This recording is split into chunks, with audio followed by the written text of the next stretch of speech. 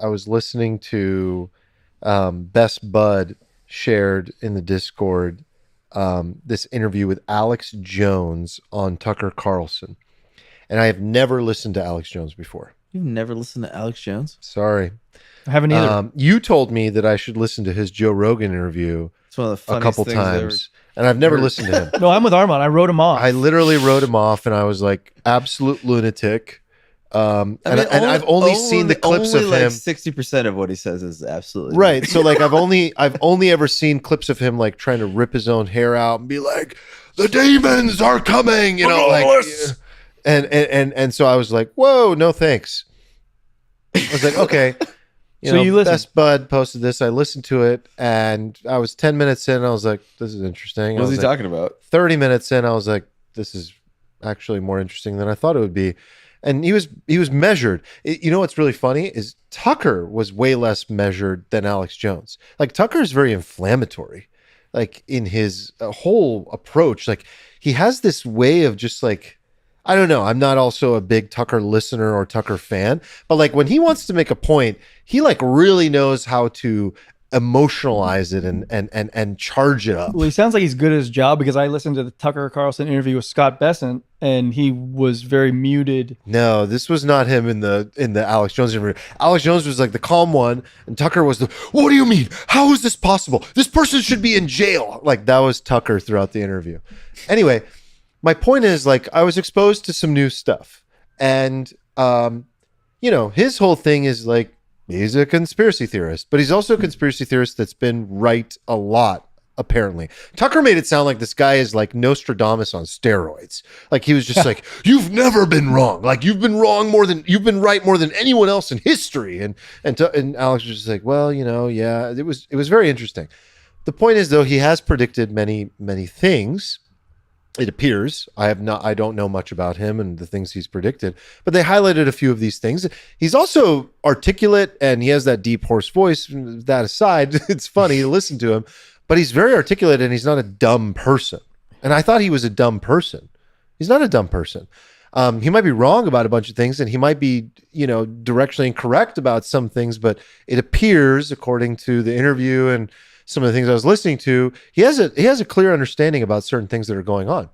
And it concerned me. And I was just like, my first reaction was like concern. My second reaction was like, I don't want anything to do with this. I'm glad I listened to it, but like, I'm also moving on because, you know, he's talking about like the hard times are still very much ahead. And like, they tried to kill Trump and they tried to do this and it's only going to get worse. And so like the storm that's coming potentially this summer, they're not done. Like the opposition to Trump has not just like given up, tucked its tail between his legs and walking away.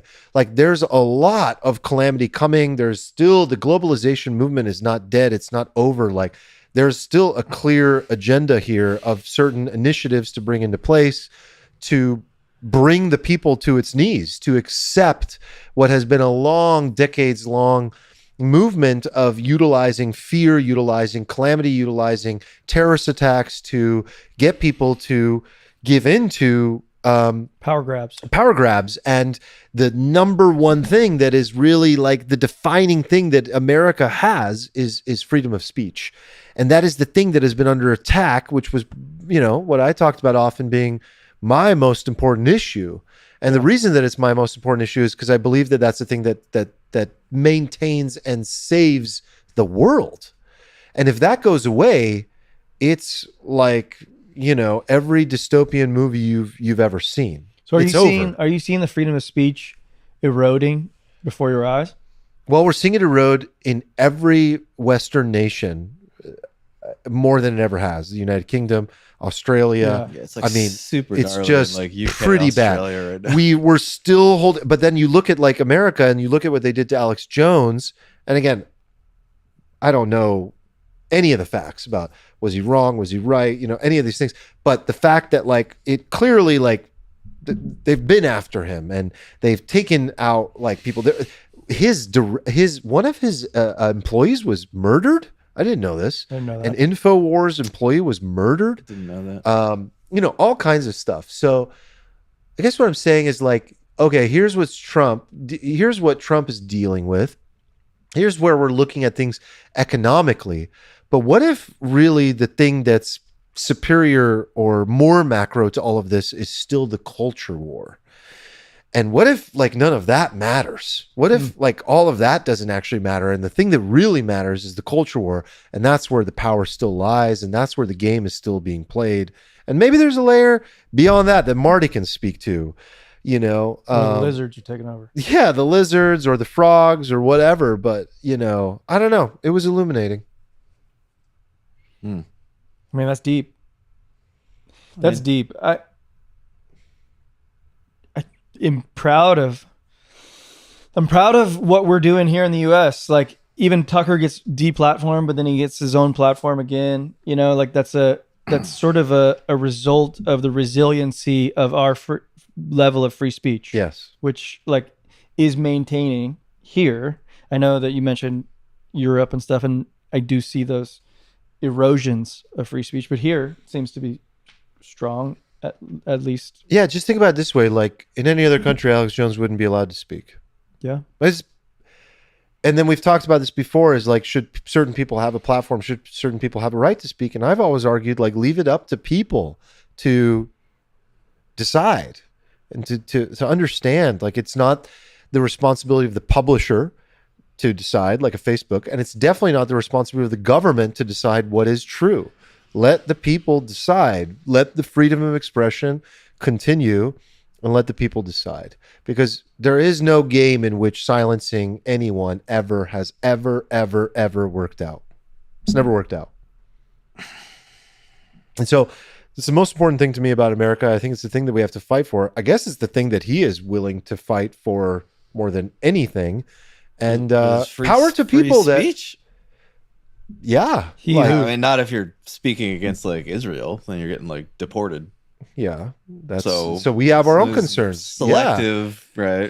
Right. It's happening in America too. Like that's terrifying. That's the student you're referring to, right? Stuff on the left. That's the Columbia student. Very egregious, right? Yeah.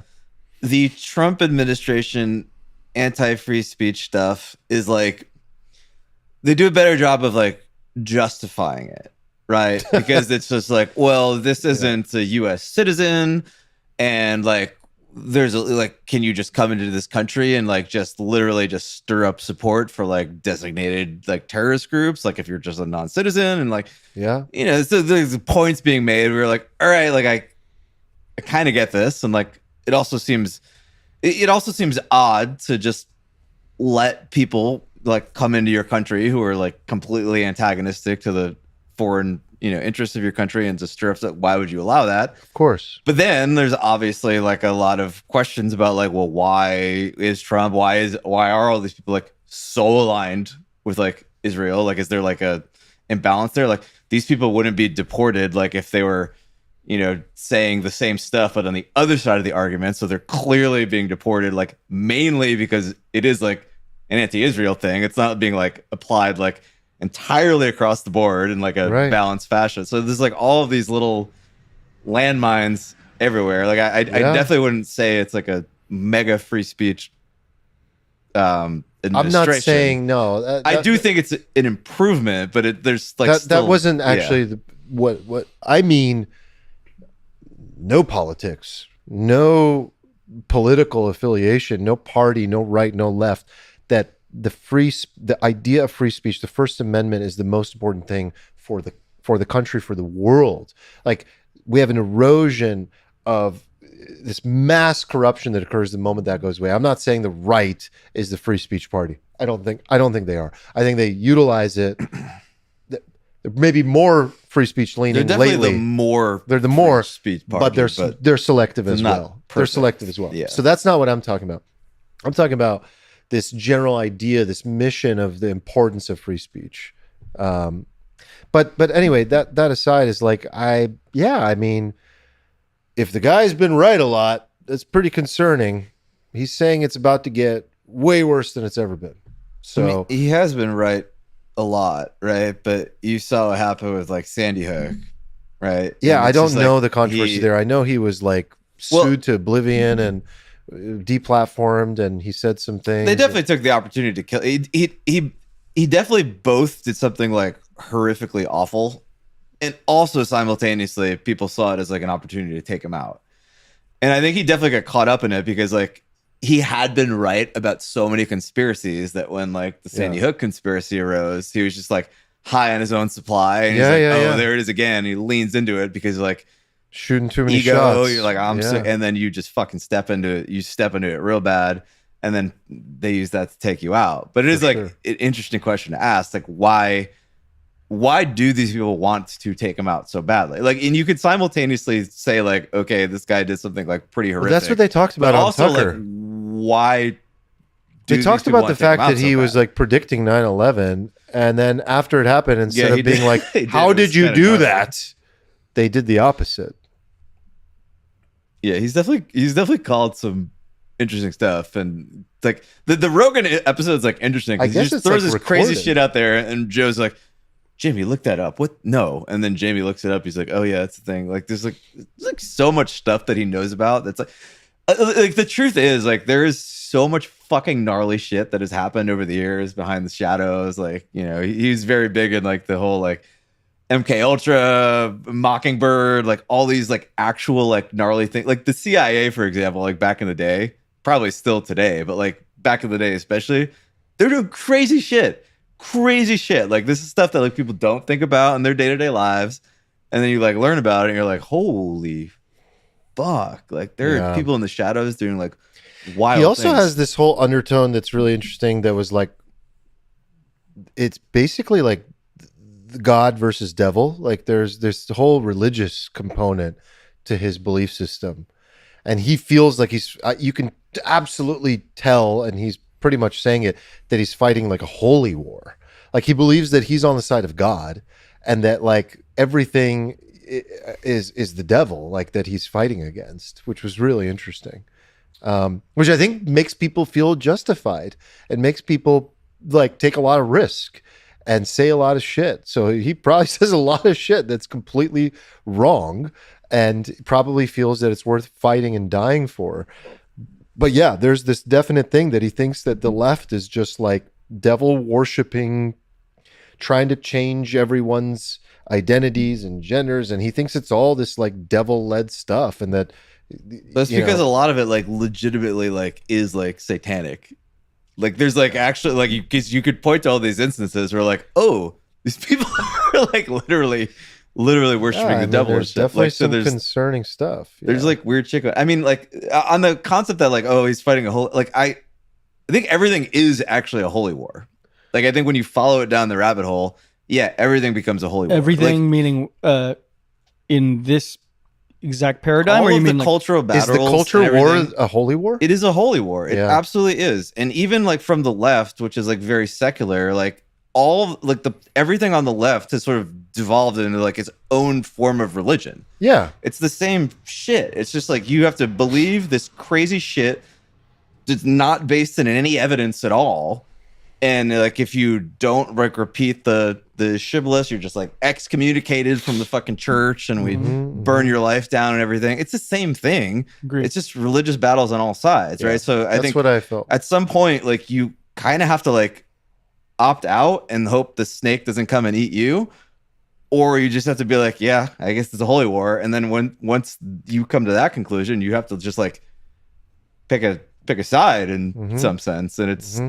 This just comes back to that kind of age-old question of like, is there objective truth? Is there objective morality and stuff like that? Yeah. And I've listened to so many dozens of hours of like debates on this because I'm a psychopath, and like I've never heard a good argument on the sort of like we can reason our way into morality. Like I've listened to like hours of like Sam Harris try to explain to me like why we can like reason our way into right and wrong and stuff, and it always falls flat. And it's an awkward thing for me because like I'm not religious, but then like I also simultaneously am like, oh, like yeah, like this is actually all is just religion when you follow it down the rabbit hole. But then like how do you be on the sidelines, be not religious, acknowledge that it is just a holy war, but then like you're like, well, I don't. So what you're saying is like if you grew up in a non-religious household in the United States, you still have your ideas of right and wrong through the culture at large, which was based on Christianity. Yeah, I think a lot of like if you really needle people on this, like there are people like your Sam Harris's or your Sam Saders or like whatever your kind of like left intellectual is with like people have written books on this too. Like they're not the only people try to like kind of like put forth these logical arguments for how we can arrive at what is good, what is evil and stuff. And can we know these things just by reason, right? Without like devolving into this, like you don't want to end up in a place where like morality is just like purely relative, because then it's just like, oh well, you have to just accept that people do horrific stuff over here, but that's fine because that's just like relative, right?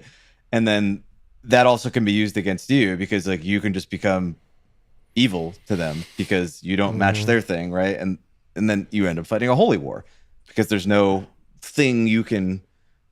I guess like where I land on it, I mean, it's evolving because we talk about this a lot and you guys influence me, but like I grew up completely non-religious and I have an idea of what's right and wrong from my parents.